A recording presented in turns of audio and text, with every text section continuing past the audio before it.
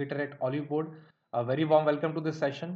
So जैसा कि आपने थंबनेल में देखा होगा, इस वीडियो में इस सेशन में हम एनालिसिस करेंगे अभी तक का जो लास्ट 3 इयर्स का 18, 19 और 20 का जो IBPS क्लरिकल मेंस एग्जाम का पैटर्न रहा है, इस स्पेशली रीजनिंग का किस टाइप के क्वेश्चंस आपसे पूछे गए, किन नंबर्स में, in what numbers those questions have been asked, क्या उनका डिफिकल्टी लेवल रहा है, और इन सब चीज़ों के बाद आपका एक्शन ऑफ प्लान, आपको क्या एक्ट करना है आने वाले एग्जाम के लिए, इन सब चीज़ों से सारी की सारी चीज़ें हम इस क्लास में, इस सेशन में आज डिस्कस करेंगे. So I very warm welcome and I really hope आपकी preparation for all your upcoming exams काफ़ी अच्छी चल रही होगी. तो सेशन को स्टार्ट करने से पहले related to upcoming IBPS clerical mains एक क्रैश कोर्स हमने ऑलरेडी लॉन्च कर रखा है, हिंदी में भी है एंड इन इंग्लिश ऑल्सो. ये सारे उसके हाइलाइट्स हैं. फॉर एग्जांपल 75 से ज़्यादा लाइव क्लासेस है, फुल लेंथ मॉक टेस्ट है. आपको हर चीज़ ओवरऑल आपकी अच्छी खासी प्रिपरेशन हो जाएगी इन कोर्सेज से. सो डेफिनेटली आप इस पर्टिकुलर कोर्स का फ़ायदा उठा सकते हैं. कोड आपको यूज़ करना है लॉन्च, या फिर आप फैकल्टी कोड भी यूज़ कर सकते हैं, जैसे कि कैप्स में GAURAV, ताकि आपको ज़्यादा से ज़्यादा डिस्काउंट मिल पाए. तो पूरी चीज़ें जो भी अभी तक मैंने बोली उनको डिस्कस करने से पहले एक बेसिक सी चीज़ कि भाई प्रीलिम्स और मेन एग्जाम क्या डिफरेंस होता है. अब देखिए, डेफिनेटली आपको सबको ऑलरेडी पता है कि बहुत ज़्यादा डिफरेंस होता है प्रीलिम्स में भी और मेंस में भी. इन दोनों में आपस में काफ़ी डिफरेंस है.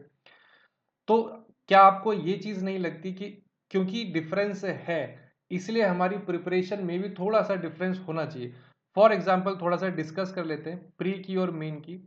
प्री में आपकी स्पीड एंड एक्यूरेसी जज होती है, राइट. प्रीलिम्स एक तरह से आपका फिल्टर करने का एक मेथड है कि आपको लिमिटेड नंबर ऑफ सीट्स होती हैं, काफ़ी सारे बच्चे अप्लाई करते हैं, उनमें से बहुत सारे ऐसे कैंडिडेट्स होते हैं जो एग्जाम्स को लेके सीरियस नहीं होते हैं, बट एग्जामिनेशन फॉर्म फिल करते हैं, उनकी वजह से नंबर्स काफ़ी हाई हो जाता है. तो प्रीलिम्स जो आप एक मान के चलिए वो फिल्टर करने वाला एक एक मेथड कह लीजिए. प्रीलिम्स वही लोग क्लियर कर पाएंगे जिन्होंने काफ़ी अच्छी प्रैक्टिस कर रखी है, स्पीड अच्छी है, एक्यूरेसी अच्छी है. तो प्रीलिम से आपकी यही 2-3 पैरामीटर चेक होते हैं कि आप कितने ऑनेस्ट हैं, आपने कितनी अच्छी तैयारी की है, तो ही आपका प्रीलिम्स क्लियर होगा. मेंस एग्जाम में स्पीड एंड एक्यूरेसी तो आपकी चेक हो गई. अब यहाँ पे आपकी इन डेप्थ नॉलेज, ठीक है, आपने तैयारी शुरू की है बट कितने अच्छे से, यहाँ पे आपकी और सीरियसनेस को जज करते हैं कि मेन, इसलिए यहाँ पे क्वेश्चंस भी आपको डिफरेंट लगेंगे. यहाँ पे आपको इजी टू मॉडरेट क्वेश्चंस मिल जाएंगे, यहाँ पे आपको इजी नहीं मिलेंगे, मॉडरेट टू डिफिकल्ट मिलेंगे. और बहुत कम, अगर हम रीजनिंग की बात करें 50 क्वेश्चन आपके मेंस एग्जाम में आएंगे, तो हो सकता है मतलब 1-2 या 2 से 3 क्वेश्चन ऐसे आ जाएं जो आपको प्रीलिम्स में देखने को मिले होंगे. अदरवाइज 48 टू 47 क्वेश्चंस आपको मॉडरेट टू डिफिकल्ट ही लगेंगे, बिकॉज यहाँ पे एग्जामिनर का जो मेन मोटिव होता है वो यही होता है कि आपने स्पीड एक्यूरेसी है आपके पास, आपने जो सिलेबस है सारे सब्जेक्ट्स का ऊपर ऊपर से तो पढ़ रखा है, तभी आपने प्रीलिम्स क्लियर किया है. लेकिन उनकी इन डेप्थ नॉलेज कितनी है आपको, वो सब चीजें आपकी चेक होंगी मेन एग्जाम में. ये मेजरली यही एक मेजर डिफरेंस है जो अलग करता है प्रीलिम्स को और मेंस को. तो डेफिनेटली काफी सारी चीजें यहाँ पे अलग भी होने वाली है इनकी प्रिपरेशन को लेके, ठीक है. दोनों ही केसेस में आपको मॉक टेस्ट डेफिनेटली देने चाहिए, और इन चीज़ों से, मॉक टेस्ट से आपको अपनी प्रिपरेशन का एक क्लियर कट आइडिया लग जाता है. कौन से ऐसे टॉपिक्स हैं जो आपकी काफ़ी स्ट्रांग है, कौन से ऐसे टॉपिक्स हैं जो आपके वीक है, जिन पे आपको और मेहनत करनी है, ठीक है. प्रीलिम्स में हमेशा आपका एम होता है कि आप मैक्सिमम नंबर ऑफ क्वेश्चंस को अटेम्प्ट करें, ठीक है. यहां पे भी आपका मैक्सिमम नंबर ऑफ क्वेश्चंस ही होता है, बट यहां पे you have to be selective, ठीक है. प्रीलिम्स में कभी भी ऐसा नहीं होता होगा कि एक क्वेश्चन आया, आपको ऐसा लग रहा है कि यार ये थोड़ा सा मॉडरेट है, इसको छोड़ देते हैं, बाद में सॉल्व करेंगे. कभी भी ऐसा प्रीलिम्स में नहीं होता. हम केवल अभी IBPS क्लैरिकल की बात करेंगे. यहाँ पे हमेशा हमारी यही अप्रोच होती है, यही हमारी सोच होती है कि सारे ही क्वेश्चन आउट ऑफ 100 के 100 हम सॉल्व कर दें, ठीक है. बट ठीक है, उतना नहीं हो पाता. बट आपने लास्ट इसका प्रीलिम्स देखा होगा, क्लोज टू 80 हर इंसान अटेंड करके आ रहा था. बट मेंस में ये चीज थोड़ी सी अलग हो जाती है. वहां पे आपको इस चीज के पीछे भागना ही नहीं होता, चाहे कोई सा भी एग्जाम हो, मेन एग्जाम, कि आपको सारे क्वेश्चंस को सॉल्व करना है। यहाँ पे एक बहुत इंपॉर्टेंट आपका स्किल काम आता है, that is how good you are in selecting the question. सारे क्वेश्चंस आपको सॉल्व करने ही नहीं है। ये इसलिए कहा जा रहा है बिकॉज अगर हम और डिटेल में आगे भी बात करेंगे, आपके सिटिंग अरेंजमेंट और पजल्स काफी अच्छे नंबर्स में आपसे पूछे जाते हैं, मेंस में भी और प्रीलिम्स में। अब अगर यहाँ पे आपने कोई रॉन्ग नहीं कहना चाहिए, डिफिकल्ट, आपने रीड किया, आधा एक मिनट दिया, आपको लगा कि सिटिंग अरेंजमेंट पजल आपकी कंफर्ट जोन में से ही, मतलब आप इसको सॉल्व कर लेंगे। जैसे जैसे आप उसे सॉल्व करने लगे, आपका 1 से 2 से 3 मिनट उसमें चले गए। 3 मिनट के बाद में आपको रियलाइज होता है कि यार ये चीजें और कॉम्प्लिकेट होती जा रही है, और पॉसिबिलिटीज बनती जा रही है, ये और डिफिकल्ट होता जा रहा है। फिर आपने सोचा कि इसे छोड़ देते हैं, तो सिंपली आपके 3 से 4 मिनट वेस्ट हो गए। तो इसलिए मैं आपको कह रहा था कि मेंस में आपको बहुत सेलेक्टिव होना है व्हाइल सेलेक्टिंग द क्वेश्चंस। और ये तभी आएगा जब आपने काफी सारे मॉक टेस्ट, ये सारी चीजें रिलेटेड है, जब आपने बहुत सारे मॉक टेस्ट दे रखे होंगे, एनालाइज इसको केवल देना ही नहीं है, मॉक को एनालाइज भी करना है, तो आपको अपने आप पता चल जाएगा कि आपके कंफर्ट वाले या फिर आपके स्ट्रॉन्ग एरियाज कौन से हैं। तो वही क्वेश्चंस आप मेंस में सबसे ज्यादा करेंगे और उन्हें आपको ढूंढ ढूंढ के करना पड़ेगा। ये आपकी अप्रोच है, और ये जितनी भी बातें अभी तक बताई, ये आपको प्रीलिम्स एग्जाम को मेन एग्जाम से थोड़ा सा डिफरेंशिएट करता है। ठीक है, आगे देखते हैं दूसरी चीज। चलिए एक सेकेंड, ये कुछ इंपॉर्टेंट चीजें मैंने यहाँ पे लिखी है कि एग्जाम आपसे क्या डिमांड करता है। ठीक है, जैसे कि प्रीलिम्स में आप सभी को पता है स्पीड चाहिए, एक्यूरेसी चाहिए। मेन एग्जाम में स्पीड एक्यूरेसी के बाद एक स्टेप और आता है कि आपको इन डेप्थ नॉलेज भी चाहिए। आपकी काफी अच्छी प्रैक्टिस होनी चाहिए। प्रैक्टिस से यहाँ से यही मतलब है कि आपने सफिशिएंट नंबर ऑफ मॉक्स दिए हों, इन डेप्थ आपके पास नॉलेज हो। केवल ऐसा नहीं कि जैसे क्वांट में केवल फॉर्मूले फॉर्मूले पढ़ लिए और एग्जाम में क्वेश्चन फॉर्मूला बेस्ड नहीं आया। सिमिलरली यहाँ पे आपने रीजनिंग में कुछ इजी इजी क्वेश्चंस कर लिए, आपको लगा हाँ आपके कंसेप्ट क्लियर है, वैसे ही एक हाई लेवल की सेटिंग अरेंजमेंट या पजल आ गई, वो आपसे फिर वहां पे सॉल्व हो नहीं पाई।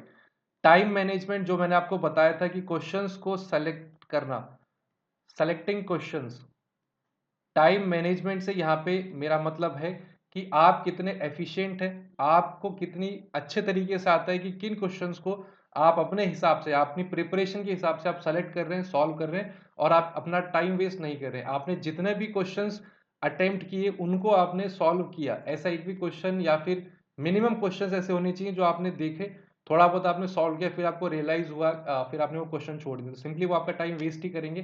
तो टाइम मैनेजमेंट, अब ये सारी चीजें आपको मॉक टेस्ट जितने ज्यादा देंगे, ये सारे स्किल्स आपके डेवलप होंगे। सिलेक्शन ऑफ क्वेश्चन, जैसा कि मैंने अगले पॉइंट में लिखा भी है।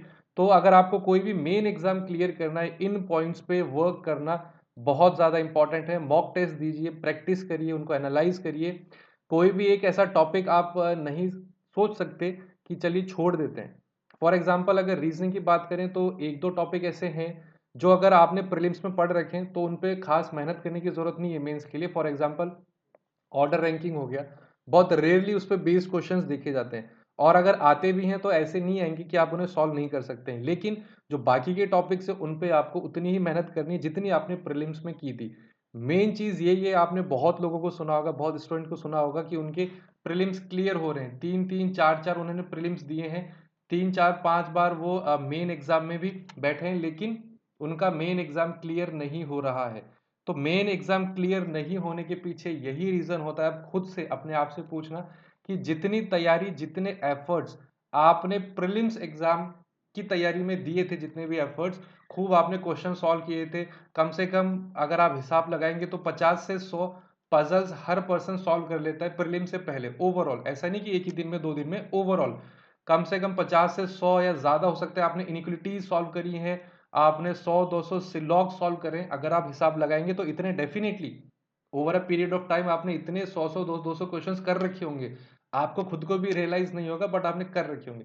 तभी आपकी स्पीड भी इंक्रीज होती है, एक्यूरेसी भी इंक्रीज होती है, और प्रीलिम्स आपकी क्लियर हो रहे हैं। बट अगर आप कंपेयर करें कि भाई इतना सब 100 क्वेश्चन सिलॉग्स के ओवर द टाइम आपने किए हैं, इनिक्विटीज, पजल्स, इसको आप कंपेयर करिए कि मेन एग्जाम के लिए कितने आपने पजल सॉल्व करें एक दिन में।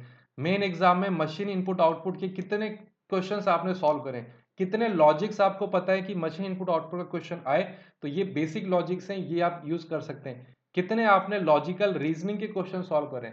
जिस दिन आप सेम रेशियो में जितनी तैयारी अपनी प्रीलिम्स की उतनी तैयारी आप मेन एग्जाम में भी अपने उतनी एफर्ट्स डाल देंगे, डेफिनेटली 100% गारंटी है कि आपका मेन एग्जाम भी क्लियर होगा।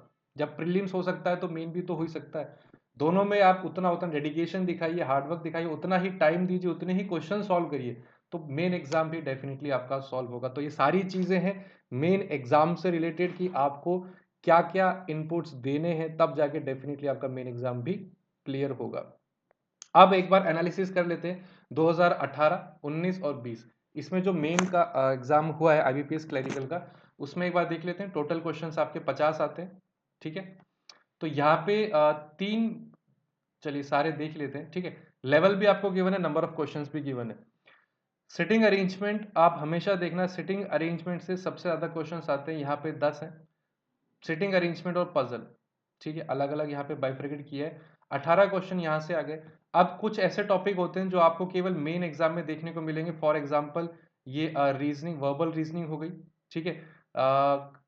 अच्छा, इस ईयर में I think machine input output नहीं आया था, एक मशीन इनपुट आउटपुट हो गया, वो आपका केवल मेन का। लॉजिकल रीजनिंग, वर्बल रीजनिंग हो गया, वो आपकी मेन की है। डेटा सफिशिएंसी, एक ही डेटा सफिशिएंसी आपके मेन की है। तो जो भी टॉपिक्स आपने प्रीलिम्स में नहीं पढ़े बिकॉज वो आते नहीं है, उन पे तो एक्स्ट्रा आपको मेहनत करनी ही करनी है। मशीन इनपुट आउटपुट हो गया, वर्बल रीजनिंग हो गई, डेटा सफिशिएंसी हो गई, प्लस सिटिंग अरेंजमेंट और पजल्स आप देखेंगे आगे, हम 1920 का भी देखेंगे।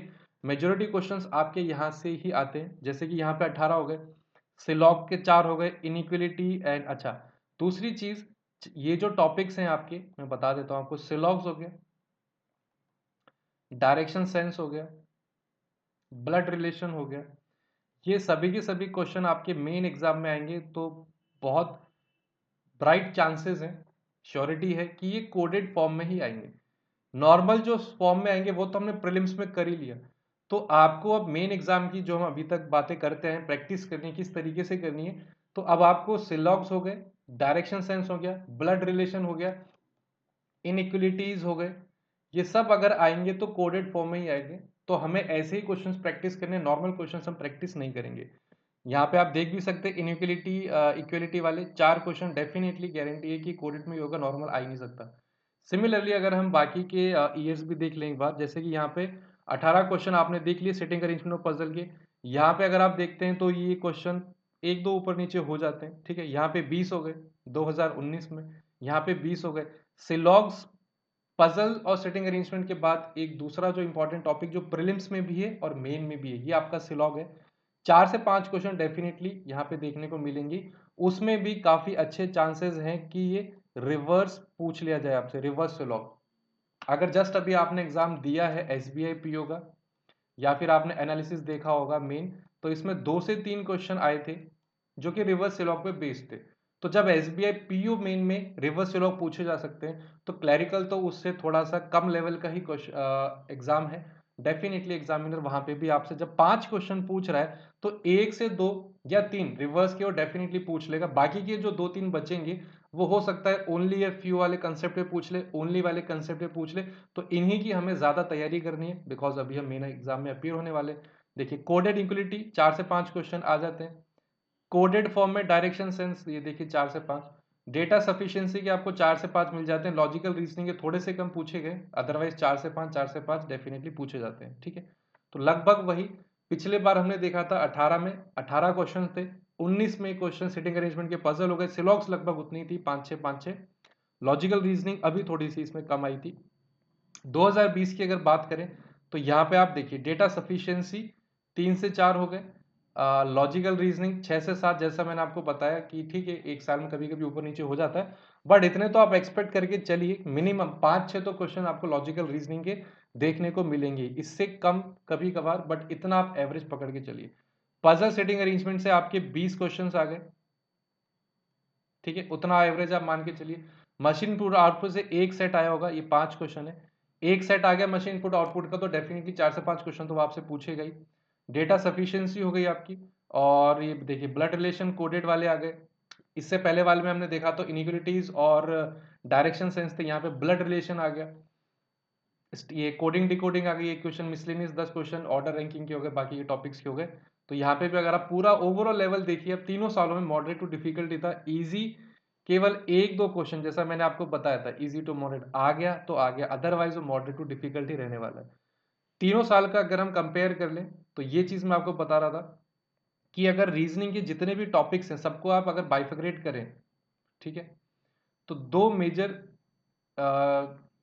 पार्ट्स में आप देख सकते हैं। एक आपका हो जाता है पजल्स एंड सेटिंग अरेंजमेंट्स, एक आपका हो जाता है लॉजिकल रीजनिंग, एक आपका हो गया मशीन इनपुट आउटपुट, एक आपका हो गया डेटा सफिशिएंसी।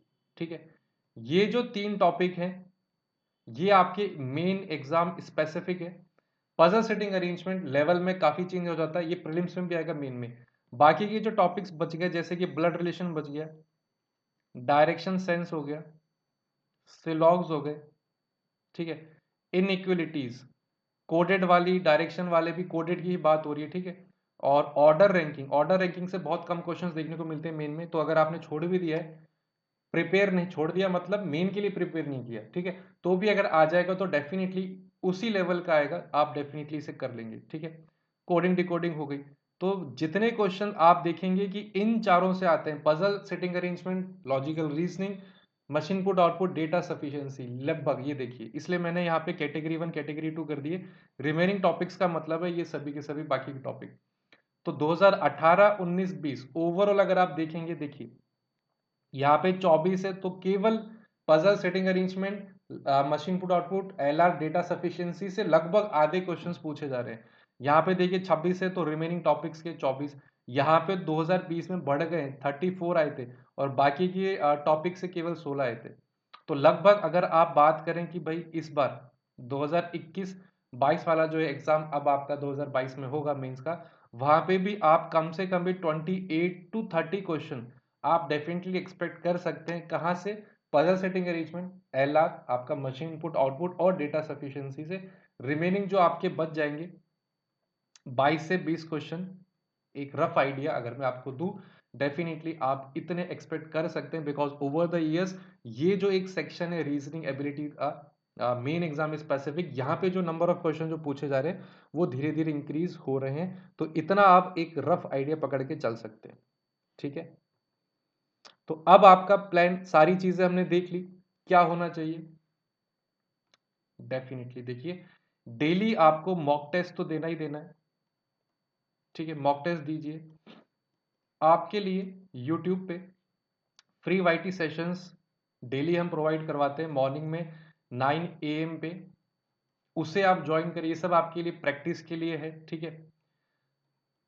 आप फोकस करिए जो अभी मैंने आपको बताया था, सेटिंग अरेंजमेंट, पजल्स हो गए, मशीन इनपुट आउटपुट हो गया एंड लॉजिकल रीजनिंग हो गया, डेटा सफिशिएंसी हो गए, ये टॉपिक्स क्योंकि हमने पढ़े नहीं है, क्योंकि ये प्रीलिम्स में आते नहीं है, इन पे आपको एक्स्ट्रा स्पेसिफिकली फोकस करना है और बाकी क्वेश्चंस को भी, रेस्ट टॉपिक्स जो हैं उनको भी प्रैक्टिस करिए, ठीक है।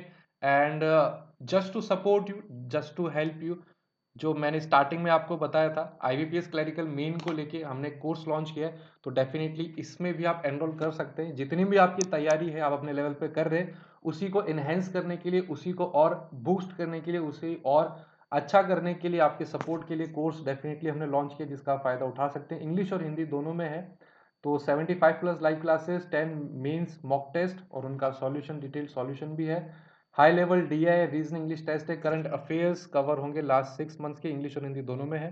तो ये आज का पूरा सेशन था। आई होप चीज़ें काफ़ी सारी आपको क्लियर हुई होगी, क्या चीज़ें देखी गई हैं ओवर द ईयर्स, क्या चेंजेस ऑब्जर्व हुए, जो स्ट्रॉन्ग, जो मेन टॉपिक्स हैं रीजनिंग के अंदर भी जो सब टॉपिक्स हैं उनका वेटेज ओवर द ईयर्स लगभग उतना ही रहा है। तो लगभग 28 से 30 क्वेश्चन आप केवल उन 4 टॉपिक से एक्सपेक्ट कर सकते हैं। तो उस हिसाब से अपनी प्रिपरेशन को प्लान करिए, और प्लान में क्या क्या शामिल होना चाहिए वो सारी चीज़ें मैंने आपसे पिछली स्लाइड में डिस्कस कर ली थी। सो आई होप कि काफ़ी सारी चीज़ें क्लियर हो गई होंगी आपको, and best of luck for all your upcoming exams, specially for clerical main. मिलते हैं अगले क्लास में, अगले सेशन में। Have a great day, take care and good bye.